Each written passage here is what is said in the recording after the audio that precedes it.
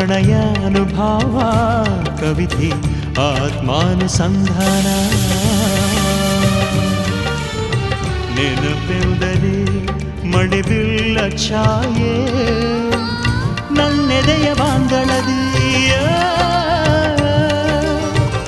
ನನ್ನೆದೆಯ ಬಾಂಧಳದಿ ಚಿತ್ತಾರ ಬರೆದವಳೆ ಸುತ್ತೇಳು ಲೋಕದಲ್ಲಿ ಮತ್ತೆಲ್ಲಿ ಸಿಗದವಳೆ ನನ್ನೊಳಗೆ ಹಾಡಾಗಿ ಹರಿದವಳೆ ನೂರು ಜನ್ಮಕ್ಕೂ ನೂರಾರು ಜನ್ಮಕ್ಕೂ